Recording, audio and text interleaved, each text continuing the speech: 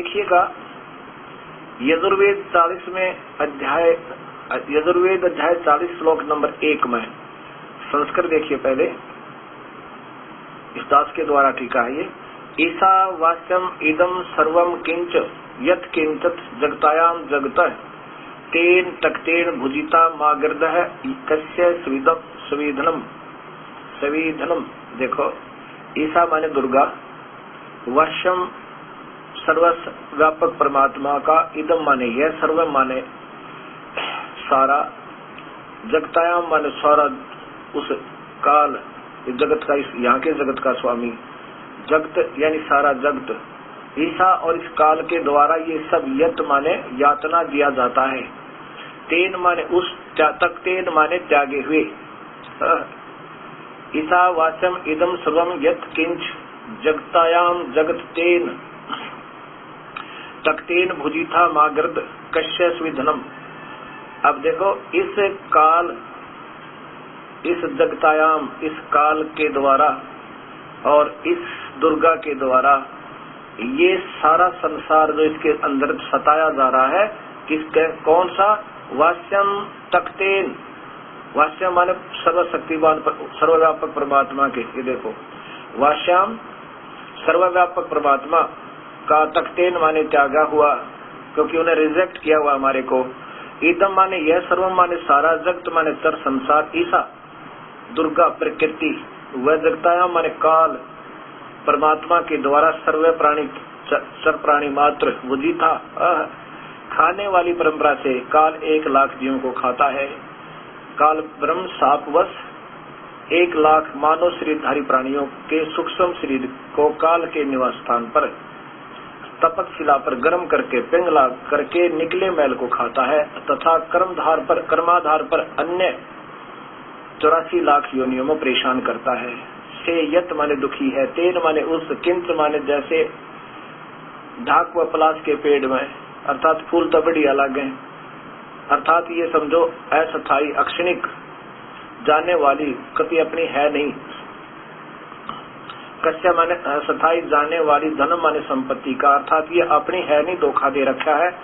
हो माँ घृद, उसका किसी भी काल लोक के धन की बिल्कुल इच्छा ना करे। ये परमात्मा का त्यागा हुआ ये सारा लोक 21 ब्रह्मांड है। ईसा का अर्थ, क्योंकि ये मैंने शब्द कोश भी ला रखा है, 4-5 ला रखे हैं, उनमें से एक सिलेक्ट किया जिसमें सभी सही मिलते जुलते और उनसे अधिक भी मिले। ये है श्री हिंदी संस्कृत कोश वामन शिवराम आपटे के द्वारा। अब इसी में प्रश्न नंबर, ये देखो वास्यम, ये है ईस, ये तो ईस के श्लोक यहाँ अर्थ दिए इन्होंने। फिर ईसा, ये ईस के साथ ये ईसा, इसका अर्थ होता है दुर्गा, बस और कोई अर्थ नहीं इसका। धनाढ़ महिला ऐश्वर्यवान, ये दुर्गा। ईसा और वास्यम, वास्यम मान सर्वशक्तिमान परमात्मा का वो सर्वव्यापक परमात्मा के द्वारा रिजेक्टेड, तख्तेन त्यागा हुआ।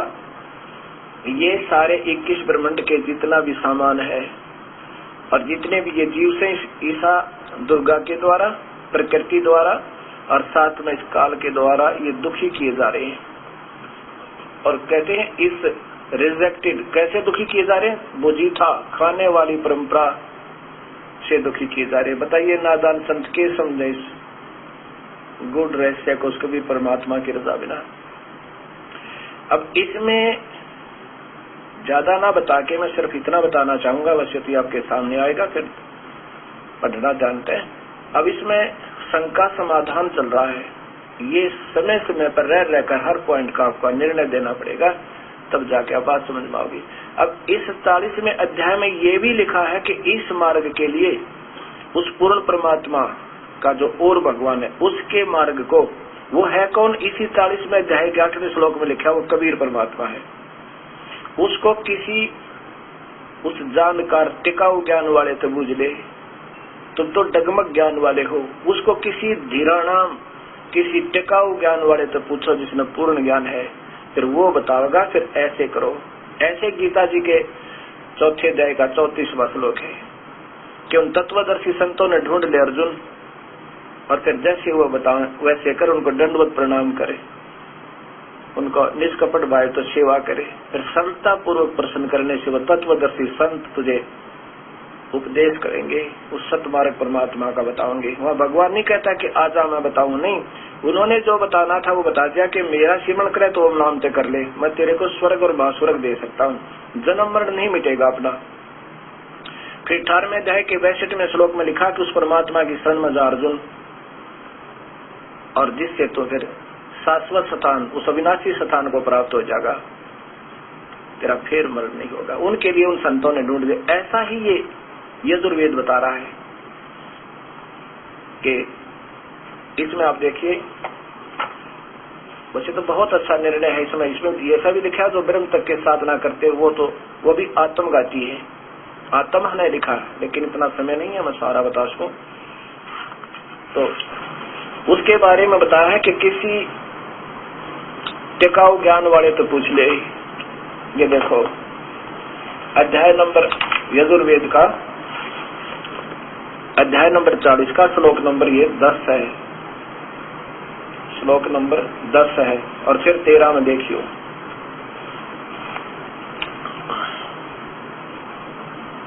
अध्याय नंबर 40 श्लोक नंबर 10,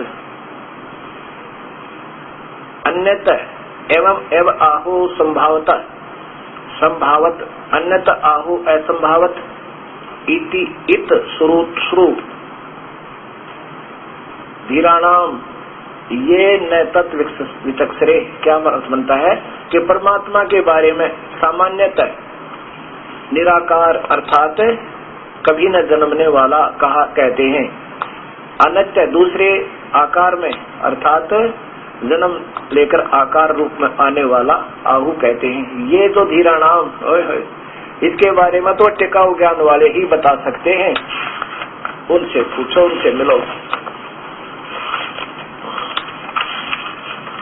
ये देखो, अर्थात पूर्ण ज्ञानी सुरसुम अच्छी प्रकार सुनाते हैं, तथा माने उसको इति माने इस प्रकार, एवं सही तौर पर, न माने वही समरूप अर्थात यथार्थ रूप में विचक्षरे भिन्न भिन्न रूप से, यानी पूर्ण ज्ञान प्रत्यक्ष ज्ञान कराते हैं, उन ढूंढ ले वह बताओगे।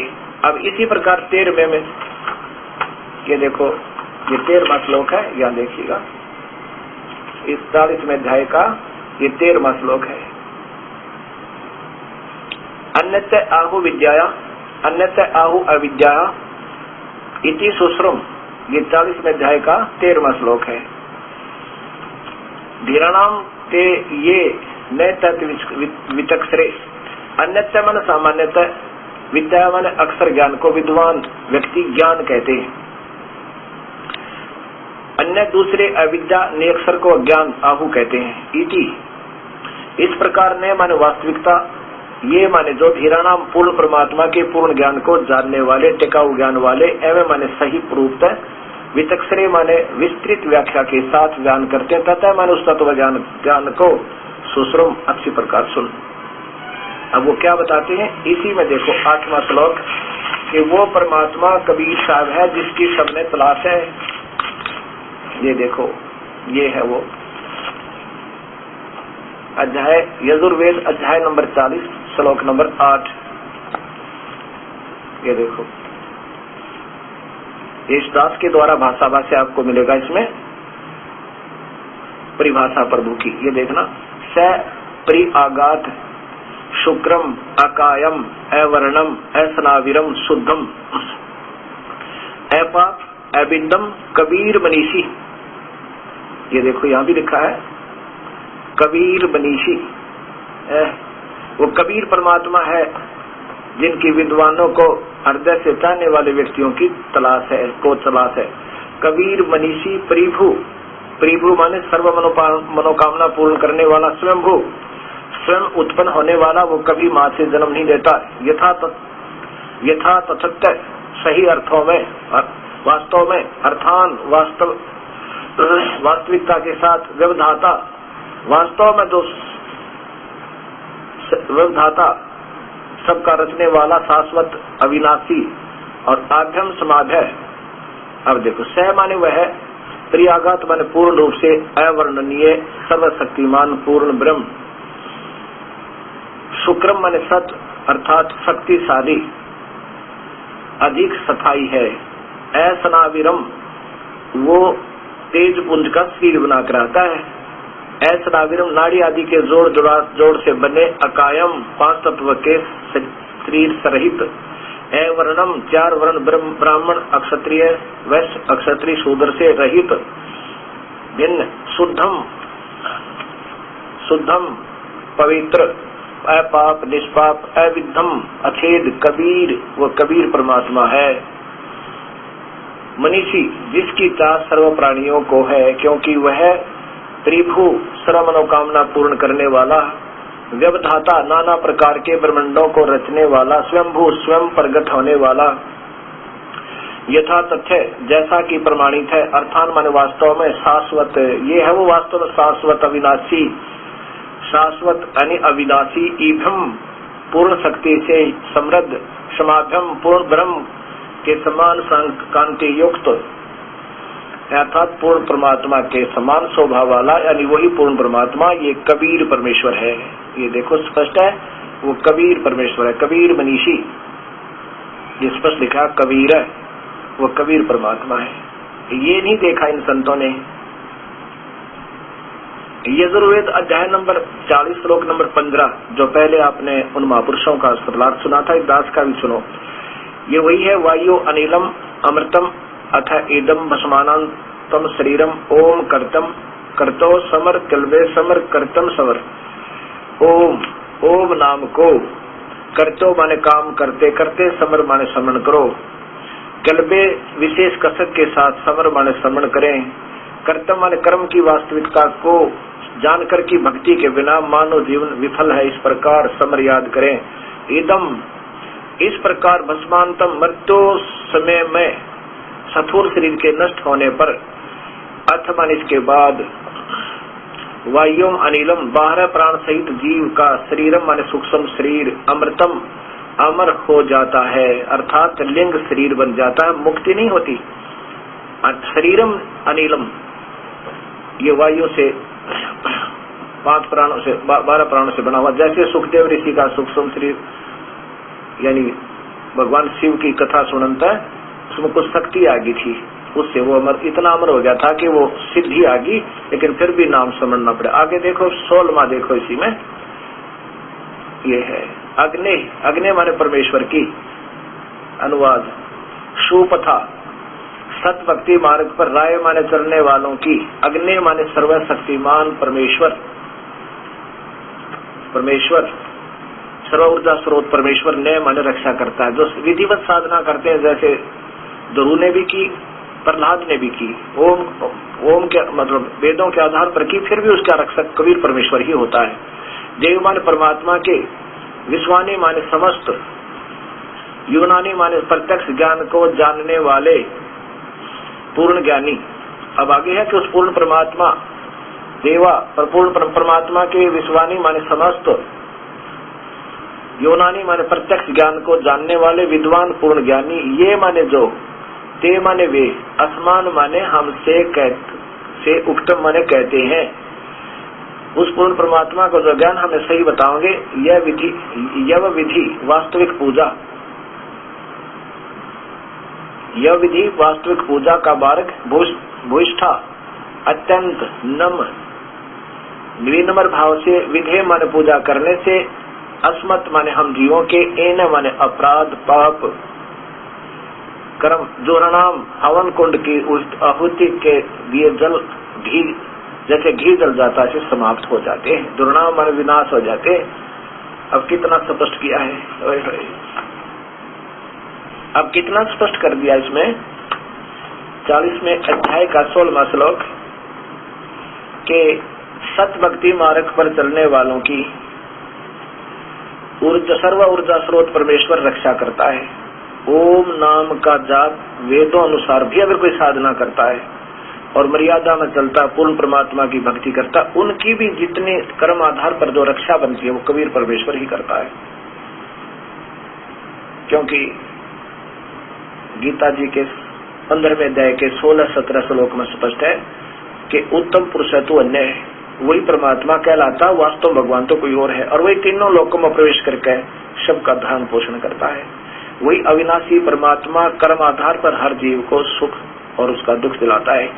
लेकिन जो उसकी साधना और पूर्ण ज्ञानी के साथ, पूर्ण ज्ञानी उस तत्व परम तत्व के जानने वाले के से लेकर करता है, उसका तो फिर पाप नष्ट हो जाते हैं। इन ब्रह्मा विष्णु महेश और ब्रह्म परब्रह्म की पूजा से पाप नष्ट नहीं हो सकते, कर्म का भोग मिलता रहता है। और इसमें यही बताया है कि सोपथा सत भक्ति मार्ग पर राय चलने वाले अग्नि माने सर्व ऊर्जा स्रोत परमेश्वर रक्षा करता है। इस पूरे अध्याय को प्रारंभ से पढ़ना शुरू करोगे तो पता चलेगा। आगे उसमें यही बताया है कि जो देवी देवताओं की पूजा 3 गुणों की और उनसे नीचे की करते हैं वो तो सीधे ही वो तो व्यर्थ है। और ओम नाम का जाप को ब्रह्म तक करते हैं वो आत्मघाती, केवल स्वर्ग तक जाते हैं, वो भी आत्मघाती अधूरे लिखा है।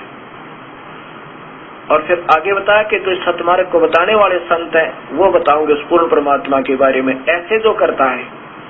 अब ओम नाम का जाप और पूर्ण संत से लेकर इन अधूरों से नहीं, जिनको स्वयं ज्ञान नहीं, कोई भी है, चाहे मैं हूं चाहे कोई हो, पूर्ण संत हो, उसी से ओम नाम का जाप लेकर अधिकारी से अगर कोई विधिवत साधना करता है उसके भी कर्म आधार पर रक्षा वो पूर्ण परमात्मा कबीर ही करता है। और फिर लिखा है कि देव परमात्मा के विश्वानी माने समस्त, यूनानी माने प्रत्यक्ष ज्ञान को जानने वाले, उस पूर्ण परमात्मा के तत्वदर्शी संत जो विद्वान पूर्ण ज्ञानी, ये जो ते माने वे आसमान माने हमसे उक्तिम माने न्यारे न्यारे बताते हैं, विधिवत पर कहते हैं। क्या बताते हैं? वास्तविक पूजा मार्ग यम विधि भूष्ठाम अत्यंत नम माने विनम्र भाव से विधेम पूजा करने से जो वो बताते हैं, जो पूर्ण ज्ञानी, फिर हम विनम्र भाव से आधीन्य से पूजन करने से अस्मात् माने हम जीवों के, एन माने अपराध, जुर्णाम यानी नष्ट हो जाते हैं। उस पूर्ण परमात्मा का जैसे गीता जी के 17वें अध्याय के 23वें श्लोक में लिखा है कि उस परमात्मा का भजन तय उस तीर मंत्र होगा, उनके पाप कट जाते हैं। और फिर वो क्या हो जाएगा? वो कभी सोने के सा हो गया। हृदय में धर्मेन माने सोना। 16वें श्लोक में लिखा है कि सुपथा, जो पूर्ण जानकार संत बताएंगे, उनके आधार पर जो साधना करता वो सुपथा हुई।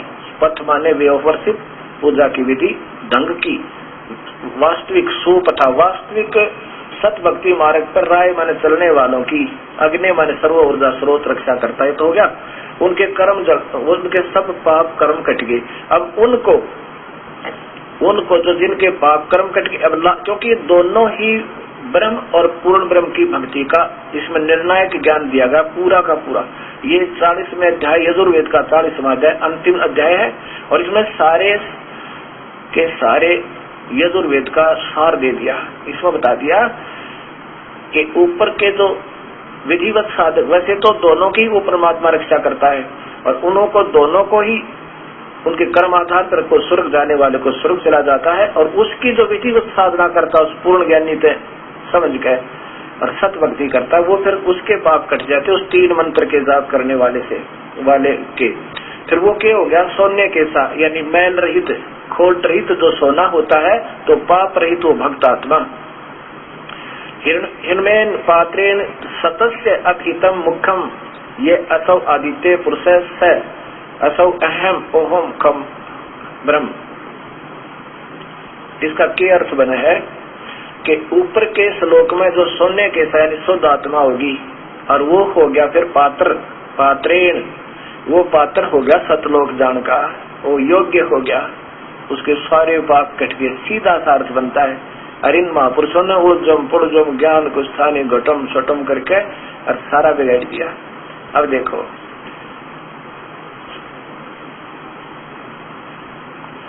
हिरमेन जो पापरित हो गया, उस हरमेन माने बहुमूल्य अर्थात मैल रहित सोने जैसा शुद्ध, पात्रेन माने भक्त श्रोमणी उस अधिकारी पात्र हंस को, सतस्य माने सत्य नाम स्मरण करवा के,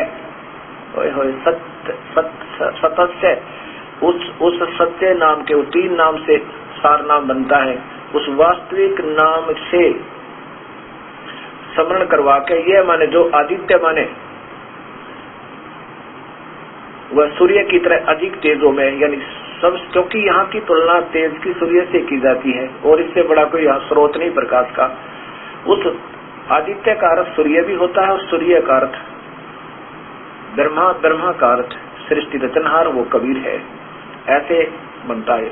आदित्य सूर्य की तरह तेजों में, कबीर पुरुष माने परमेश्वर है, अपहितम वो छुपे हुए, यानी उस मुख्य माने सतलोक में, ऐसा वो माने निर्गुण सरगुण दोनों ही रूप उसके हैं, वहां पे है, वो तो वहां पर है। उसी पर सह माने उसी प्रकार अहम ब्रह्म, अहम माने मैं, ओम नाम के जाप करने वाला मैं स्वर्ग में, ओम नाम का जो जाप करता है वो स्वर्ग में चला जाता, मैं ब्रह्म मैं स्वर्ग में रहता हूँ और ओम नाम के जाप करने वाला मेरे पास रहता है। इससे आगे में अब ये स्पष्ट हो गया है। अरविंदों ने क्या लिखा, हिरणवेन ये सीधा सा है कि पहले जो भक्ति ढंग से करते हैं उनके पाप कट जाते हैं, उनके एन है जुराणाम उनके पाप कट गए, सत भक्ति करने वाले की, वो मैल रहित सोने जैसा हो गया, शुद्ध सोने जैसा, और उससे उनकी वो उस परमात्मा के पास पहुंच जाते हैं जो गुप्त है, जो दूसरे स्थान पर रहता है। अब फिर देखो ये वेद, एक बार फिर देखो ये वेद, यजुर्वेद महर्षि दान सरस्वती के द्वारा टीका, ये कोई 40वां अध्याय और अंतिम श्लोक। फिर देखो, ये मानते हैं कि भगवान कोई और है और स्वयं सत्यार प्रकाश में कहते हैं भगवान कोई आकार में है नहीं, दूसरा है नहीं। 44वां अध्याय श्लोक नंबर ये 16 था और ये 17वां, इनका 16वां भी पढ़ के देख लो एक बार, लेख कैसे लिखा है। यहाँ से देखो, हे दिवस रूप अग्नि प्रकाश रूप करुणामय जगदीश्वर, जिसने हम लोग ते आपके लिए भूति पुष्ठा अधिकतर न मुक्तिम सत्कार करते हैं, पूर्व प्रशंसा का विशेषम सेवन करें, उसे विद्वान सबको जानने वाले आप, अस्मात् हम लोगों के जुराणाम कुटिलता रूप इन पाप कारण को योवित पृथक कीजिए। अस्मान हम जीवों को विज्ञान धन व धन से हुए सुख को से के लिए धर्मानुकूल मार्ग से सुपथा, तस्मात प्रशस्त लोक ज्ञान को युवानी ने प्राप्त कीजिए। अब यहाँ देखो 17 में फिर के बताइए, सीधा सा था कि उसमें तो पाप कट गए सही भक्ति करने वाले के, और यहाँ पर ये 17वां देखो, ये अंतिम श्लोक है। इसका अर्थ ये बना था, जो सोने कैसा हो गया शुद्ध मैल रहित, उसको पूर्ण परमात्मा के लोक में चला जाता है। हिरण्यमय ज्योत स्वरूप पात्रेण रक्षक, पात्रेण का अर्थ होता है अधिकारी हंस,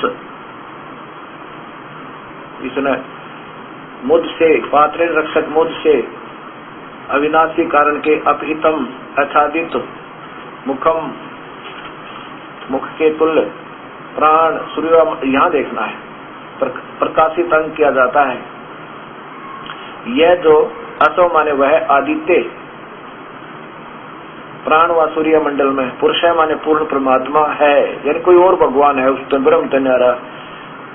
स माने वह असो वो तो प्रोक्ष है, प्रोक्ष रूप है, वो तो दिखता हमने नहीं दिखाई देता। अहम अहम मैं खम, अहम यह ब्रह्म, अहम मैं ब्रह्म, खम आकाश यानी स्वर्ग में रहता हूँ, ओम नाम वाले को वहाँ स्वर्ग ले जाता हूँ। बस इसका सीधा सा अर्थ है कि मेरा जाप करने वाला, मुझ ओम नाम का जाप करने वाला स्वर्ग तक आता है। खम। अब फिर हम गीता जी के अंदर फिर प्रवेश करते हैं। अध्याय नंबर 7 का श्लोक नंबर 16 आपने सुना।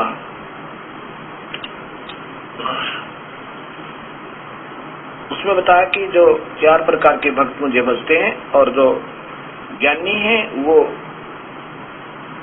आगे 17वें में लिखा है कि उनमें ज्ञानी जो है वो उत्तम है, उसको मैं प्रिय हूं, यानी वो ब्रह्म साधना करता है, नीचे की भक्ति नहीं करता, और मुझे वो प्यारा, क्योंकि वो कुछ तो यहाँ संकट से बचेगा, ज्यादा सताई होगा यहाँ से, 3 लोग की भक्ति से, 3 गुणों की भक्ति से ज्यादा। 18वें में फिर लिखा है, और यहाँ ये सोचने की बात है, इसमें कहा है कि ये सभी उद्धार, इसका अर्थ तो ये बना है, उद्धारा सर्व एवं एत ज्ञानी तू आत्मा एवं मे मतम। अर्थ तो इसका ये बनता है कि मेरे विचार में ये जो ज्ञानी आत्मा जिन्हें पता लगा कि ओम नाम का जाप करें और नीचे का नहीं करे, वही उसी से पूर्ण लाभ होगा। ये वेदों में कमी छोड़ी, यही गीता में। महिमा तो पूर्ण परमात्मा की है और साथ में ब्रह्म और परब्रह्म की भी है, व्याख्या पूरी है, लेकिन वे ऑफ वर्शिप, पूजा की विधि केवल ब्रह्म तक की है, यह कमजोरी है। इसलिए काल भगवान ने, ब्रह्म भगवान ने कहा कि मेरी द्वारा दी गई परम गति भी अनुत्तम है, वो भी उत्तम नहीं है। मैं जो मेरी जो गति है, अर्थात जो मैं सुविधा दूंगा ब्रह्म लोक तक पहुंचा दूंगा, उसमें भी जीव अमर नहीं है, वो भी विनाश में आवेगा। ब्रह्म लोक तक भी विनाश में आते हैं। अब ब्रह्म लोक में विनाश में आते हैं। 8वें अध्याय के 16वें श्लोक में लिखा है कि ब्रह्म लोक तक सभी विनाश में आते हैं। ये पुनर्जन्म है, इनकी सब विनाश होता रहता है। ब्रह्म, जब एक ब्रह्मांड का ब्रह्म लोक नष्ट होता है, एक ब्रह्मांड में प्रलय कर देता है, ये काल स्वयं करता है, उसके बाद जो विधिवत साधक है कहते हैं मुझे प्राप्त, फिर विनाश में नहीं आते। इसके 2 कारण है। एक तो उसी में ब्रह्म लोक में पहुंचे हुए, वो तो तीनों लोकों तक का विनाश होता तब नहीं वापस आते, और जब एक ब्रह्मांड का विनाश होता उनको दूसरे ब्रह्मांड में रख देता है। ओम नाम के जाप करने वाले, वो भी अच्छे पूर्ण संत मार्कंडेय ऋषि जैसे जो 3 गुणों की भक्ति कभी सपने में भी ना की उन्होंने, वो उनको फिर दूसरे ब्रह्मांडों में रख देता है। फिर उनके कर्म, उनके बचे हुए होते, उनके आधार पर फिर दोबारा पुनर्जन्म में उनके पूरे करके फिर आ जाते हैं पुनर्जन्म में। इसलिए कहता है कि वो है तो बेचारी उद्धार आत्मा, कौन? जिन्होंने वेदोनुसार साधना की और सरदड़ की बाजी लाके अपने जीवन की भी परवाह नहीं की, अपना जीवन भी उनको दान कर दिया, भगवान के चरणों में समर्पित कर दिया, हजारों वर्षों तक साधना की, खाना पीना भी नहीं याद रखा, दाढ़ी बढ़ गई, शरीर का जीर्ण शीर्ण हो गया, लेकिन परमात्मा ना मिला। क्योंकि ओम नाम के जाप तो भगवान नहीं मिल सकता, ये काल नहीं मिल सकता, केवल इसके द्वारा दी जाने वाली सुविधा प्राप्त कर सकता जो ब्रह्मा विष्णु महेश के सुख से ज्यादा है, 1000 गुना ज्यादा है। अब इसी 11वें अध्याय के, गीता जी के 11वें अध्याय का आप स्वयं पढ़ो, 47 और 48 श्लोक। इसमें लिखा है कि मेरी प्राप्ति तो जो रूप मैंने तुझे दिखाई ये मेरा वास्तविक रूप है, और एक मेरा जो चतुर्भुज रूप तुझे दिखाया ये मैं ब्रह्मलोक में रहता हूँ, वहां मैं काल रूप में, और ऊपर 21वें ब्रह्मांड में महाकाल रूप में। अब ये दोनों रूप दिखा दिए रहते हैं। इन दोनों ही रूपों के में से पहले वाला जो मेरा वास्तविक रूप काल रूप जो 21वें ब्रह्मांड में रहता है ये काल, वो भी ना वेदों में वर्णित विधि से, वेदों में वर्णित ओम नाम का जाप और यज्ञ और हवन आदि, इससे मैं नहीं मिल सकता। ये आपके सामने है।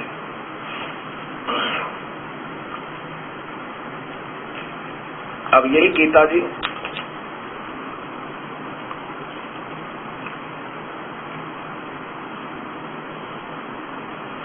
और ये अध्याय नंबर 11, अध्याय 11 48वां श्लोक। ये अर्जुन, मनुष्य लोक में इस प्रकार विश्व रूप वाला मैं न वेदों में यज्ञों में के अध्ययन से, न दान से और न क्रियाओं से और न ही उग्र तपों से तेरे अतिरिक्त दूसरे द्वारा देखा जा सकता हूँ। मैं किसी के, अर्थात श्लोक नंबर 47 में तो कहा है कि अर्जुन जो तूने मेरा रूप देखा ना, ये तेरे सिवा पहले किसी नहीं देखा, और ये मेरा वास्तविक रूप है। विष्णु पुराण में लिखा है कि विष्णु जी का एक रूप तो पुरुष है, लेकिन परम रूप उसका काल है। वो कौन से विष्णु का? उस महाविष्णु जो ब्रह्मलोक में रहता है। 48वें श्लोक में आपने पढ़ लिया 11 से 11वें अध्याय के कि ये जो मेरा वास्तविक रूप है, ना वेदों वर्णित विधि से, वेदों में ओम नाम का जाप, यज्ञ हवन आदि से, और ना किसी क्रिया से मेडिटेशन जानते मैं नहीं पा सकता। परमात्मा तो पा ही नहीं सकता, इससे और सुविधाएं हो जाती हैं। और फिर जब अर्जुन ने कहा कि भगवान आप अपना उसी रूप में आ जाओ, चतुर्भुज रूप में, फिर वो काल रूप अपना जो ब्रह्मलोक में ये 3 रूपों में रहता, महाब्रह्मा, महाविष्णु, महाशिव रूप में, उसमें भी बताया कि मैं ये किसी विधि से नहीं पा सकता, ना वेदों वर्णित विधि से और ना ही किसी यज्ञ से, ना तप से, ना हवन से, ना दान से। और फिर देखो श्रीमद् भगवत गीता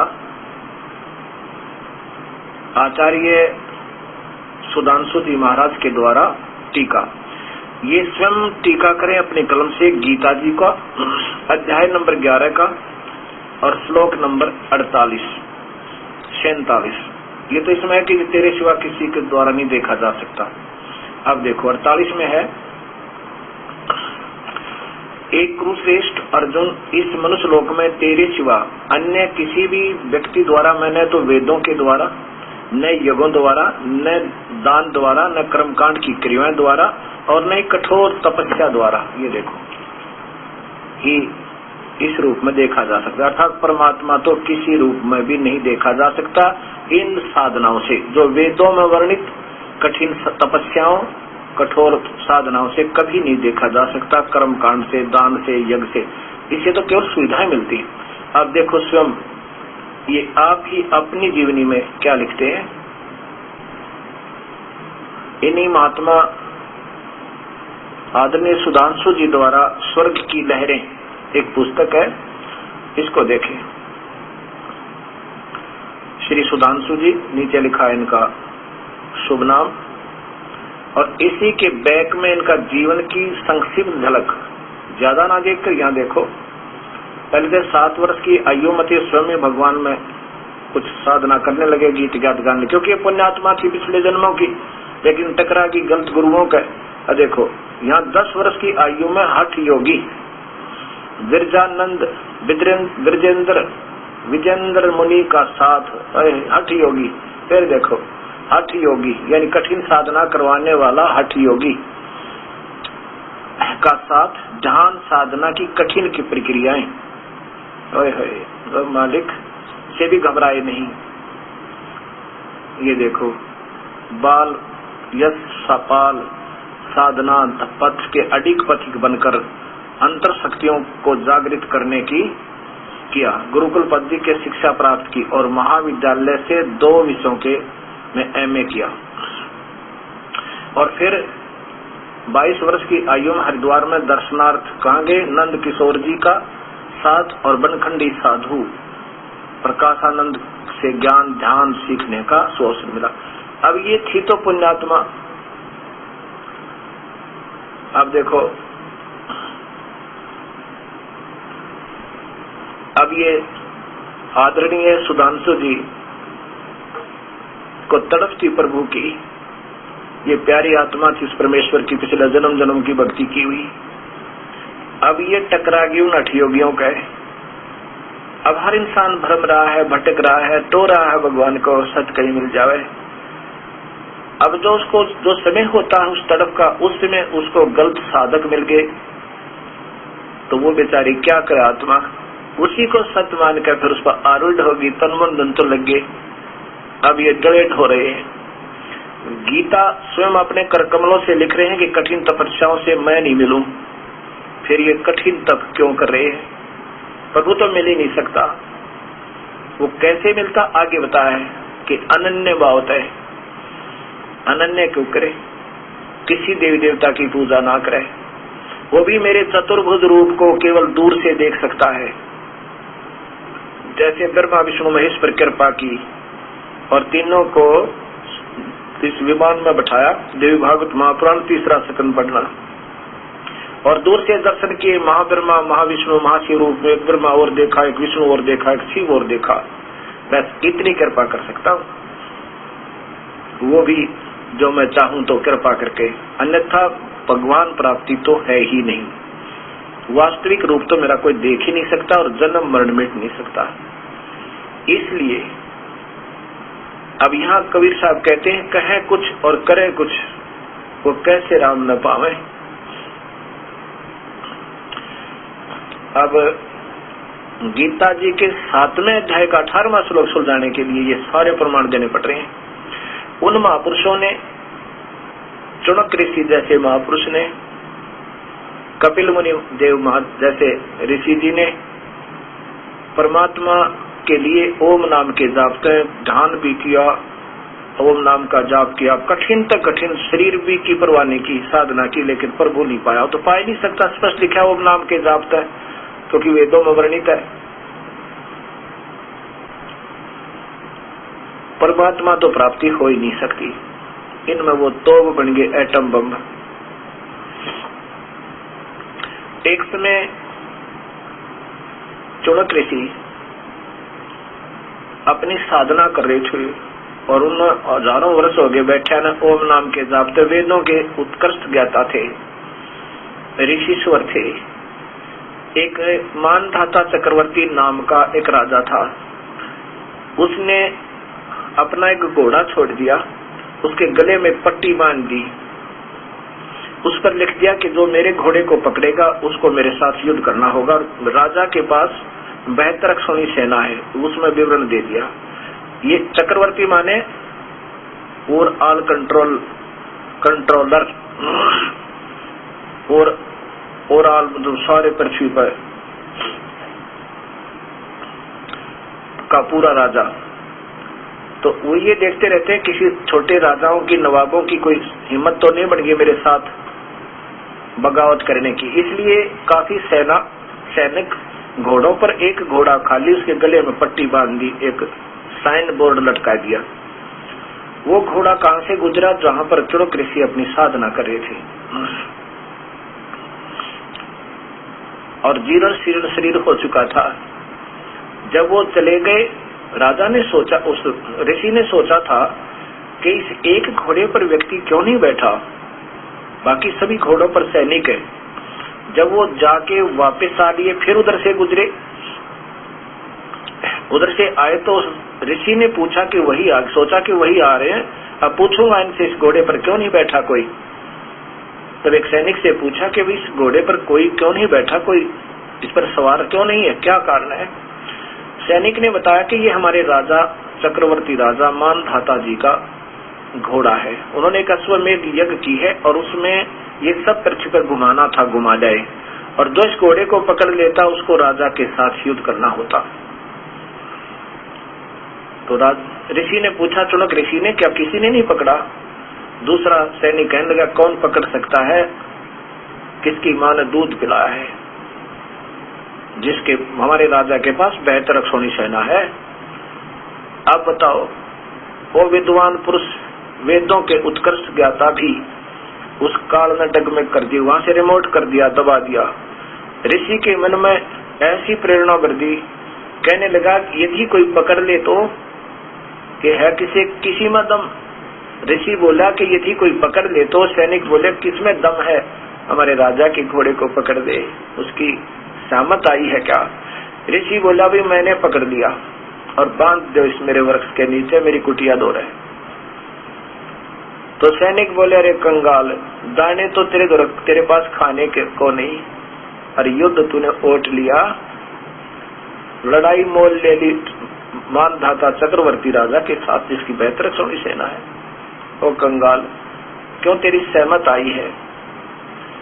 ऋषि बोला, भाई ठीक है, मेरे भाग में ऐसा ही है। तब सैनिकों ने जाकर घोड़ा बांध दिया। पहले तो ऋषि की उसी कुटिया, जिसके वृक्ष के नीचे कुटिया थी, उसी वृक्ष के बांध दिया, और जाके राजा को बता दिया, आपका घोड़ा एक चुनक ऋषि ने पकड़ दिया, आपका युद्ध उठ लिया। राजा ने 72 अक्षौणी की 4 टुकड़ी बनाई, 4 पार्ट बनाए। 18 अक्षौणी एक बार भेज दी ऋषि को मारने के लिए, 18 करोड़ सेना लगभग, ये दिखाने के लिए कि आज एक व्यक्ति की हिम्मत पड़ी है, कल दूसरे का सिर उठेगा और देवकर की सेना को सबके दिल हल जाएंगे। वो 18 करोड़ सेना भेज दी। उधर ऋषि ने, वो वेदों के ज्ञाता ने, मर्मज्ञ ज्ञाता ने, वो नाम के जाप करने वाले ने, उस ज्ञानी पुरुष ने जो वेदों के अनुसार साधना की, सही वेदों को ढंग से पढ़कर जितनी उनके समझ में आई, उसने अपनी सारी उम्र की कमाई तय, वह सिद्धि आ गई थी उससे, यानी कुछ अंश कमाई का, उसे 4 पुतली बना ली,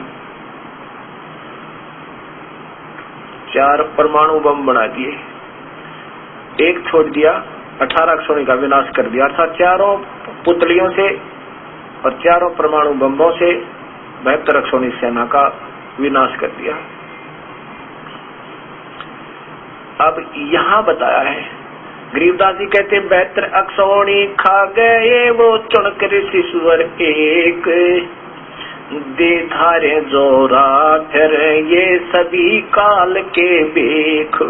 ये मालिक 72 अक्षौणी खा गया वो चुनक ऋषि सुअर, यानी ऋषियों में सबसे श्रेष्ठ ऋषि, जिसको ज्ञानी माना जाता था, सबसे उत्तम ज्ञानी वेदों का, और वो 72 अक्षौणी को खा गया।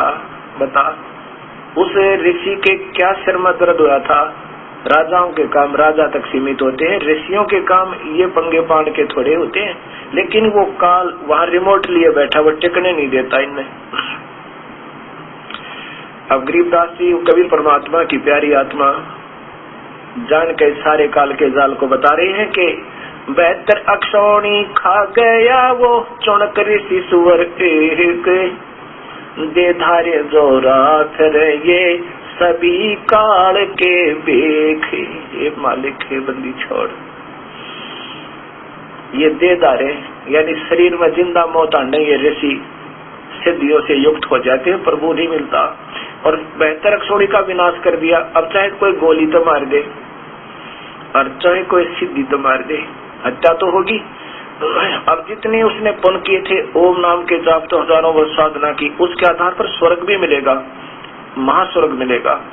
और फिर ये पाप कर्म न्यारी लिखती है 72 करोड़ की जीवन का, ये फिर नरक में जाएगा, कभी कुत्ता बनेगा, कीड़े पड़ेंगे इसका जीव। इसलिए ये ब्रह्म साधना भी उत्तम नहीं, जिसमें जन्म मरण नहीं मिटता और 84 लाख छूटे को ना कर्म दंड कटे नहीं। इसलिए गीता जी के अभी 7वें अध्याय का 18वां श्लोक आप समझ सकते हो, नहीं तो ऐसे ही उलझा रहता ये ज्ञान।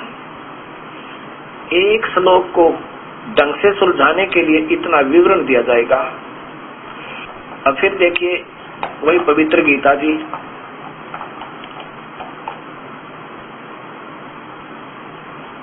श्लोक नंबर, अध्याय नंबर 7 का श्लोक नंबर 18। ये देखिए श्लोक नंबर 18, उदार सर्व एवं एते ज्ञानी तू आत्मा एवं मे मतम। इसका अर्थ सीधा बना है कि वो ज्ञानी आत्मा जिन्हें वेदों अनुसार ज्ञान हो गया कि एक परमात्मा की भक्ति करें, वो है तो बेचारी उद्धार, यानी सिर भी देना टाला नहीं। उद्धार माने समर्पण करने वाली, कति श्रेष्ठ, बहुत अच्छी आत्मा है। लेकिन ये मेरा विचार है। फिर आगे क्या लिखा है कि आस्तिता से ही वो बेचारी युक्त आत्मा एक प्रभु को पूर्ण मान के, मुझे ही पूर्ण मान के, माम माने मेरे ही, अनुत्तम माने मेरे पर आश्रित होकर, मेरे अनुत्तम गति, मेरी घटिया उपलब्धि में ही सीमित रहे। ये ब्रह्म की उपलब्धि है जो चुनक ऋषि ने पाई वेदों अनुसार। इसलिए इसका अनुत्तम शब्द लिखा, अनुत्तमाम। ये देखो, मामम एवं अनुत्तमाम गतिम। अभी सुधांशु जी की आपको और दिखाऊंगा, उन्होंने और चतुराई की है। इन्होंने अनुत्तम कार सर्वश्रेष्ठ लिखा। देखो कैसे संलग्न किया है। ये सभी उदार है, परंतु ज्ञानी मेरा स्वरूप है ही है, मेरा मत है, क्योंकि वह मदद मन बुद्धि वाला ज्ञानी भक्त अति उत्तम। अब देखो अनुत्तम का अर्थ अति उत्तम कर दिया। अनुत्तम, अति उत्तम अर्थ है युग घटिया त घटिया, ऐसे लिखना था। गति माने गति स्वरूप मुझ में स्थित है। और यही फिर इसमें 24वें में फिर क्या लिखते हैं, ये देखो, इसी अनुत्तम का अर्थ अनुत्तम ही लिख कर पीछा छुटवा दिया। 24वें श्लोक में अनुत्तमम का अनुत्तम ही लिख दिया। इन्होंने जितना आगे ये सोचे भी कहां तक अनर्थ करें, समझदार निकले। अब देखो, अब आपको सुधांशु जी की दिखाता हूं गीता। अब देखिएगा, आदरणीय आचार्य सुधांशु जी द्वारा ये श्रीमद् भगवत गीता का टीका, ये अध्याय नंबर 7 और श्लोक नंबर 18 देखिए। उदारा से सर्वे एवं एत ज्ञानी एवं त्वात्मेवं मे मतम आस्था आस्थित स ही युक्ताम माम एवं अनुत्तमाम है, ये अनुत्तमाम गतिम। जैसे अभी आपको संधि छेद दिखाए थे महात्मा जय दयाल गोविंद का जी द्वारा, बिल्कुल सही किया संधि छेद उन्होंने। इन्होंने वो भी गुप्त कर दिया कि कहीं भेद ना लग जा। ये तो सभी बहुत अच्छे हैं, ये तो सभी बहुत अच्छे हैं, परंतु ज्ञानी को तो मैं समझता हूं कि वह मैं ही है, वह मैं ही है, क्योंकि पूरी तरह अपने आप को योग में लगाकर वह केवल मुझ में स्थित हो जाता है, जो कि मैं सर्वोच्च लक्ष्य हूं। अनुत्तम का अर्थ लिख दिया सर्वोच्च।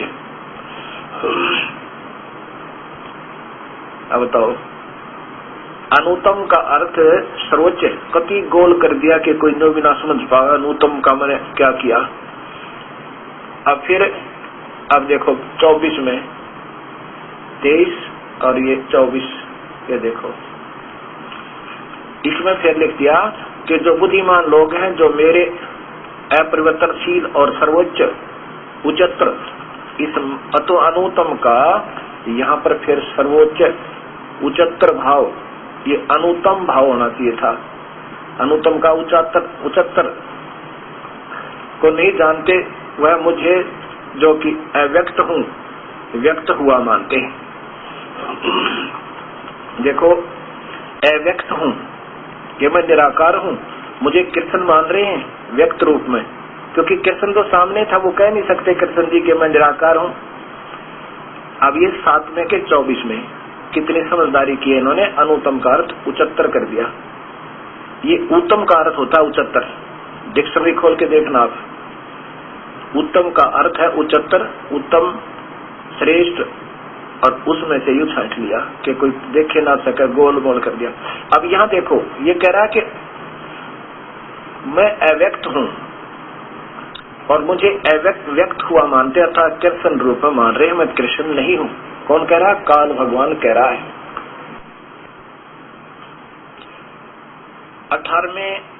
7वें अध्याय के 18वें श्लोक का सीधा अर्थ बनता है कि मेरे विचार में ये सभी ज्ञानी आत्मा है, तो उदार बेचारी सर देने को भी टाल नहीं, अपना शरीर भी सौंप दिया इन्होंने, लेकिन ये मेरे में ये एक समझ कर मुझको और मेरे में लीन आत्मा, मेरे ही अनुत्तम घटिया तक घटिया, गतिम माने मेरे द्वारा दी जाने वाली राहत अर्थात ब्रह्मलोक तक ही पहुंच पाए।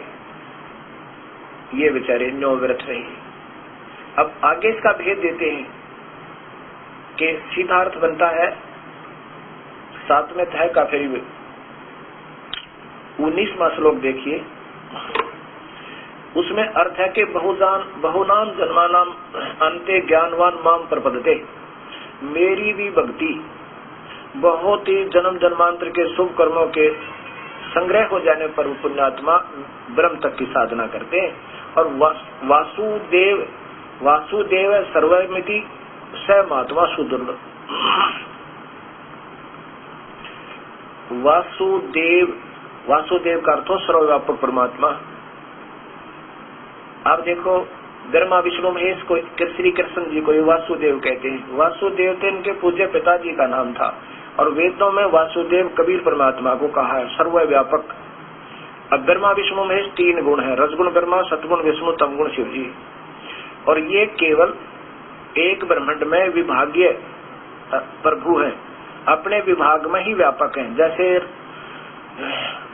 प्रांत का, एक स्टेट का कोई मंत्री होता, वो अपने विभाग में व्यापक है, उसको अपने विभाग में सर्वव्यापक कह सकते हैं, लेकिन वो सर्वव्यापक नहीं है। मुख्यमंत्री, उसके बाद मुख्यमंत्री भी अपने राज्य में व्यापक है, पर सर्वव्यापक नहीं है। प्रधानमंत्री समझो फिर अपने पूरे राज्य में व्यापक है। और वैसे हम कहें कि पूरी पृथ्वी का राजा कोई हो तो वास्तव में व्यापक वो है सब में। अब यहाँ एक उदाहरणार्थ बता रहे हैं। अब यहाँ इसका अर्थ सीधा बनता है कि पहले तो 3 गुणों तक की पूजा में, और उनसे नीचे की में ये बेचारे नादान मूर्ख अनजान उलझे रहते हैं। और फिर बहुत जन्मों के बाद कोई शुभ कर्म उसका आता है तो मेरी पूजा ब्रह्म तक ही कर पाता है। लेकिन ये कोई ज्ञान देव है कि और परमात्मा है, वास्तव में वासुदेव वो परमात्मा वही है, सब कुछ है, ऐसा ज्ञान देने वाला कोई महात्मा बहुत ही दुर्लभ, बड़ी कठिनता प्राप्त करने वाला। गरीबदास जी कहते हैं, कबीर साहब के प्यारे बच्चे क्या कहते हैं कि उस सत्यमान नाम सत्य मार्ग को बताने वाला एक पंजाब से झुमकरा, राम राय नाम का एक झुमकरा कहा करते, उसका सरने वैसे उर्फ, जैसे राम राय उर्फ झुमकरा। कबीर साहब की प्यारी आत्मा गरीबदास के पास जी के पास आए थे, और जब उन्होंने ये सत्य ज्ञान सुना, जब कहा था उस सरदार जी ने, दाता ये आज तक किसी ने क्यों नहीं बताया हमारे थे, मैं तो सब जगह भ्रम भटक लिया। तब कहा था, करोड़ों में कोई है नहीं रे झुमकरा, अरबों में कोई गर्क सुनो रे झुमकरा। करोड़ों में तो कोई नहीं पावा तूने, करोड़ संतों में जीवों में नहीं, करोड़ संतों में तो कोई पावे कोई ना इस सतमार्ग का बताने वाला, अरबों में कोई गर्क सुनो रे झुमकरा। और फिर कहते हैं वो क्यों नहीं बताते जिनको ज्ञान तो है नहीं, और वेदों तक का भी सही ज्ञान नहीं बता रहे आपको, वो भी ब्रह्मा विष्णु महेश तक उड़ जा रहे हैं। उनके लिए क्या कहा इस गरीबदास जी ने, तत्व भेद कोई ना कहे रे झुमकरा, ये पैसे ऊपर नाच सुनो रे झुमकरा। ये तो पैसे पर नाच है, इनको तत्व स्वयं ही नहीं ज्ञान, ये कह नहीं सकते। शुरू करते हैं ब्रह्म से ला छोड़ शिव जी पे, तो वो 3 लोक के भगवान पे, इसको अजर अमर बताएं। और हमारे शास्त्र बता रहे हैं, देवी भागवत महापुराण ये स्वयं स्वीकार करते हैं, तो जन्म और मरण के अंदर है, अमर नहीं है। बताओ, या कहते हैं तत्व भेद कोई ना कहे रे झुमकरा, ये पैसे ऊपर नाच सुनो रे झुमकरा। करोड़ों में कोई है नहीं रे झुमकरा, अरबों में कोई गर्क सुनो रे झुमकरा। ऐसा ही गीता बता रही है, कितना अनमोल शास्त्र। ये सुधांशु जी के करकमलों द्वारा ही भाषा भाष्य इसका देखिए, 19वां श्लोक है ये देखना अपने, ये तो अनजान है, इनको स्वयं नहीं मालूम के लिखना क्या नहीं। बहुनाम जन्मानाम अंते ज्ञानवान माम प्रपद्यते, ये ज्ञानी आत्मा बहुत जन्मों के पास कोई ऐसा ज्ञानवान होता है जो ये समझ ले ब्रह्मा विष्णु में इसकी पूजा नहीं करनी, ऊपर ब्रह्म तक शुरू करनी। वासुदेव है सर्वइति, वासुदेव सर्वम इति स महात्मा सुदुर्लभ है। जो ये जानता है, ये बता सकता है कि वासुदेव सर्व परमात्मा, सर्वव्यापक परमात्मा ही सब कुछ है, सर्वम है, यह जो बताने वाला स महात्मा सुदुर्लभ है। सीधा अर्थ बना, किसी तरह विद्वान पुरुष ने दिखा लो। लेकिन ये तो गोल बोल करने यूं क्या, क्योंकि स्वयं ज्ञान नहीं, बेचारे बालक है, अनजान ही साधकों का टकरा के गीता कुछ कहे, वो करवा में कुछ इनते, तो इनका दोष नहीं बेचारों का। अब गीता जी के 7वें अध्याय का अब 20वां श्लोक देखिए। ये गीता प्रेस गोरखपुर से प्रकाशित श्री जय दयाल गोविंद का जी द्वारा टीका, और ये इनका 20वां श्लोक देखो। 20वें श्लोक में है कि कामई तैतई हर्त ज्ञाना।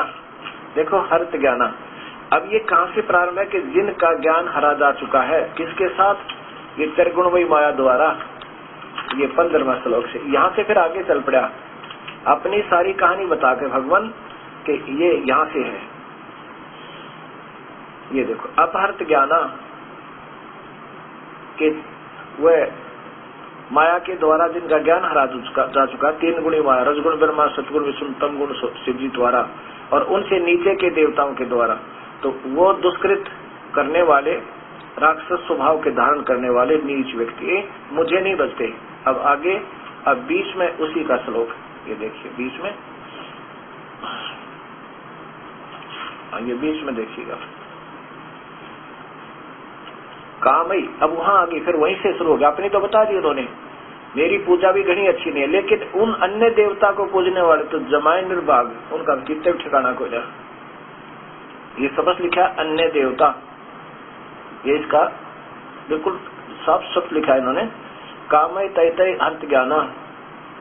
अब अन्य देवताओं की पूजा करने वालों के, उन्हीं के द्वारा मिलने वाले लाभ, अन्य देवता ब्रह्म से नीचे सब अन्य देवता माने इसमें, वो ब्रह्म में, ब्रह्मा विष्णु महेश तीनों गुण और उससे नीचे के, उनके द्वारा जिनका ज्ञान हरा जा चुका है, वो अन्य देवता उनके द्वारा स्वभाव से सथित नियत किए हुए उनको वो लाभ प्राप्त कर, जैसे उन भोगों की कामना करने वाले जिनका ज्ञान हरा जा चुका, हर्त ज्ञाना, अपने स्वभाव से ही वो बुद्धिहीन उन देवी देवता और ब्रह्मा विष्णु महेश तक अन्य देवता की पूजते हैं। अब देखो, अब चतुर्था देखो सुधांशु जी की, इन्होंने अन्य देवता को छुपा दिया। ये देखिएगा आचार्य सुधांशु जी द्वारा टीका,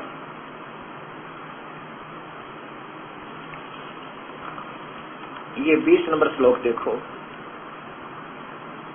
ये 20 नंबर, ये सीधा है, कामय तैते हर्त ज्ञाना परपदंते अन्य देवता। इन्होंने क्या किया है, परंतु जिन लोगों के मन उनकी लालसाओं के कारण विकृत हो गए हैं, वो वह अपने अपने स्वभाव के कारण भिन्न भिन्न विद्वानों को करते हुए अन्य देवताओं की शरण में जाते हैं। ज्ञान हर्त ज्ञाना, ये नहीं छोड़ा, जिनका ज्ञान हरा जा चुका है वो अन्य देवताओं को पूजने वाले, वो स्वभाव से उनकी पूजा करते हैं। आगे देखिए 21 में, जो कोई भक्त श्रद्धा पूर्वक जिस भी रूप की पूजा करना चाहता है, मैं उस रूप में उनकी श्रद्धा को अचल बना देता हूँ। अब 22 में हम देखो, उस श्रद्धा से युक्त होकर वह उसकी आराधना करना चाहता है और उससे ही वह अपने वांछित फल प्राप्त करता है, जबकि वस्तुतः वह फल मैं ही देता हूँ। ठीक है,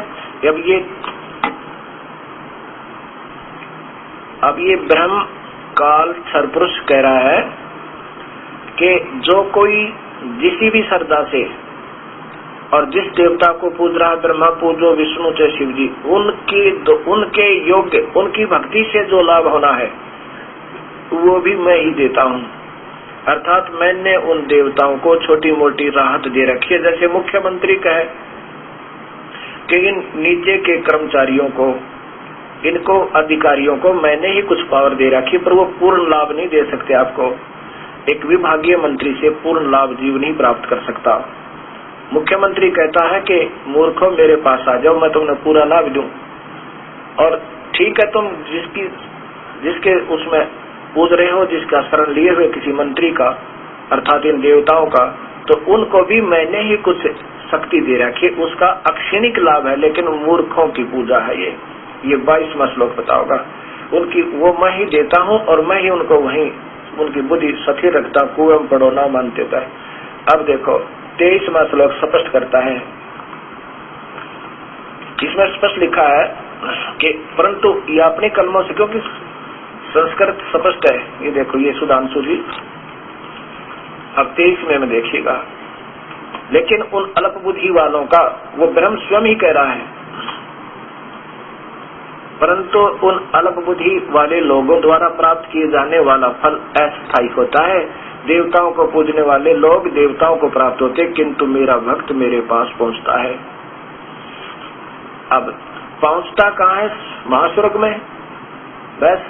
और मेरा भक्त, और ये तो अल्प बुद्धि मूर्खों का की पूजा है, ब्रह्मा विष्णु महेश तक की तो, और उससे नीचे के अन्य देवताओं की, ये भगवान कह रहा है। आगे देखो, अब 24वें श्लोक में लिखा है कि जो बुद्धिहीन लोग मेरे अपरिवर्तनशील सर्वोच्च अनुतम, ये अनुतम है, इसको सर्वोच्च उच्चतर भाव को नहीं जानते, ये तो घटिया लिखना था, निम्न सत्र का नहीं जानते, वह मुझे जो कि अव्यक्त हूँ व्यक्त हुआ मानते हैं। अव्यक्त, ये देखना 7वें अध्याय का 24वां श्लोक है, अव्यक्त हुआ मानते हैं। व्यक्त माने व्यक्तिगत रूप में, आकार में, कृष्ण रूप में मान रही है, मैं कृष्ण नहीं हूँ, स्वयं कह रही है भगवान।